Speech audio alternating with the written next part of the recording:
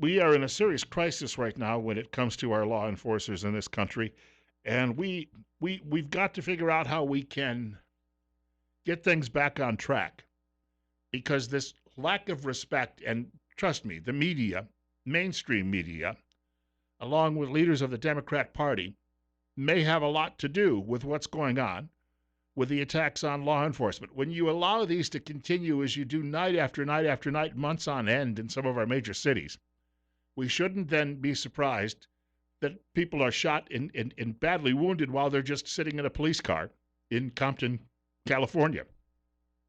Right after the Michael Brown case hit back in 2014, which turned out to be a total fabrication by media and the like, and even some Democrat politicians such as Barack Hussein Obama got on board with the narrative that the one that was wrong.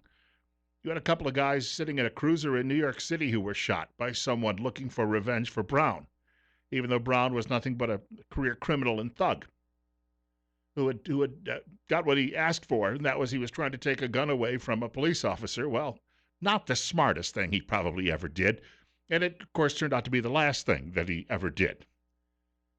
So when we get in these situations where people get the wrong information, we start to see these reactions that take place as we saw in Los Angeles County, California over the weekend.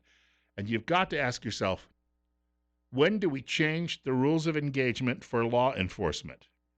Because in my view, you've got to do that. You cannot allow this to continue.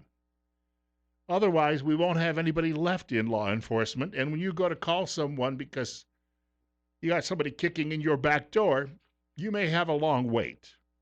These are now legitimate concerns, and it was already tough enough to recruit people to work in law enforcement. You know, a number of states in our region allow young people to puff on pot.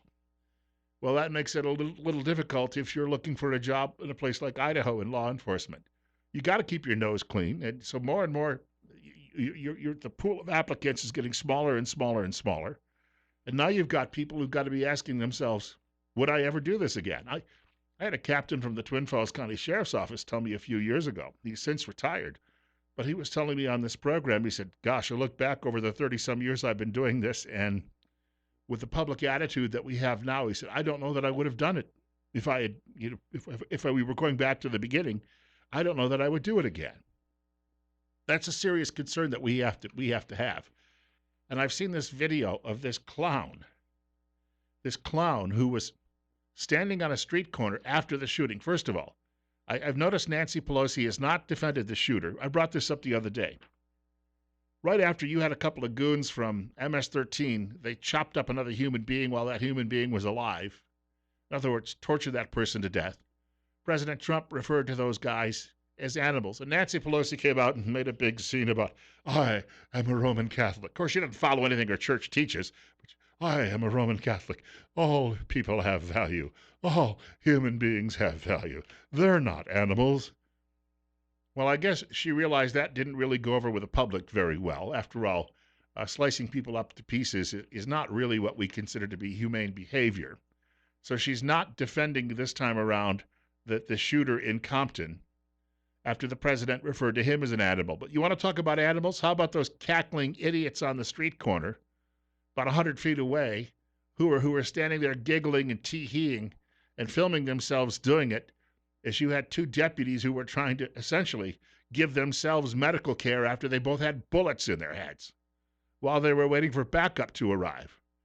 It's not just one animal on the street. There are a lot of animals on the streets. And we have to change the rules of engagement. We have to start telling law enforcement, look, if someone throws a brick at you or shines a laser in your eyes or throws a Molotov cocktail at you, shoot him. Simple as that. I have an old girlfriend and her stepfather, her father died when she was young. Stepfather stepped in and really played the role of dad.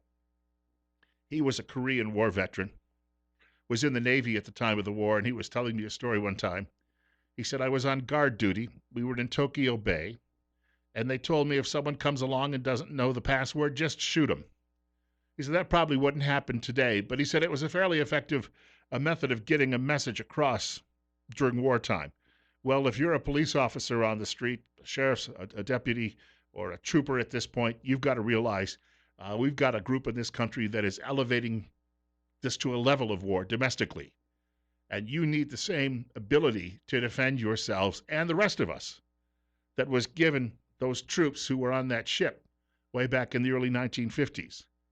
Alex Villanueva, who's the sheriff in Los Angeles County, was appearing on Sean Hannity's program, and I don't believe the sheriff is a conservative Republican at all. But Hannity asked him a question about various politicians. Hannity was quite pointed in pointing out that you have people like Barack Obama, Kamala Harris, and Joe Biden who have been essentially assailing police officers over the last few months, and that perhaps that attitude has spread to a lot of people in various communities. And the sheriff responded that politicians, he believes, in some cases are responsible for what happened to his two deputies. I don't support any politician, any elected leader, anyone who is an influencer in society has an obligation to maintain law and order and to support law and order. And I've heard some things from elected leaders, particularly at the local level, that's just astonishing.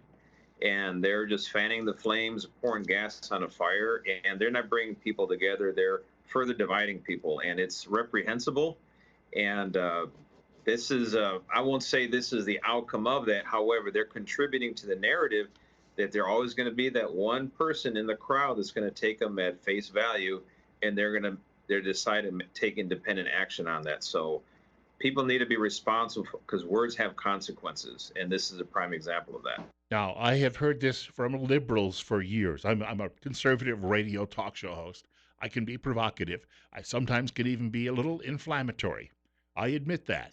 I have been hearing it from liberals for years. They'll complain to me that I'm divisive and that words have consequences. You hear it out of liberal college professors and administrators all the time whenever they're trying to silence anyone on the right, when they don't want a particular conservative speaker coming to campus. Words have consequences. The old sticks and stones may break my bones, but names will never hurt me.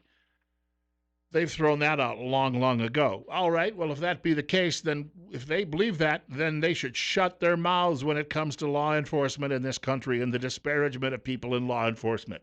Because right now, if that be the case, then you have blood on your hands. The Democrats have blood on their hands. The academics have blood on their hands. Black Lives Matter has blood on its hands. Antifa has blood on its hands. Mainstream media certainly does. There's a big editorial at Pravda on the Potomac this morning about how awful this is. Well, you help stir the pot. If you think it's that bad, resign. Walk away from your job. Put on sackcloth. Go live under a bridge somewhere and do your penance.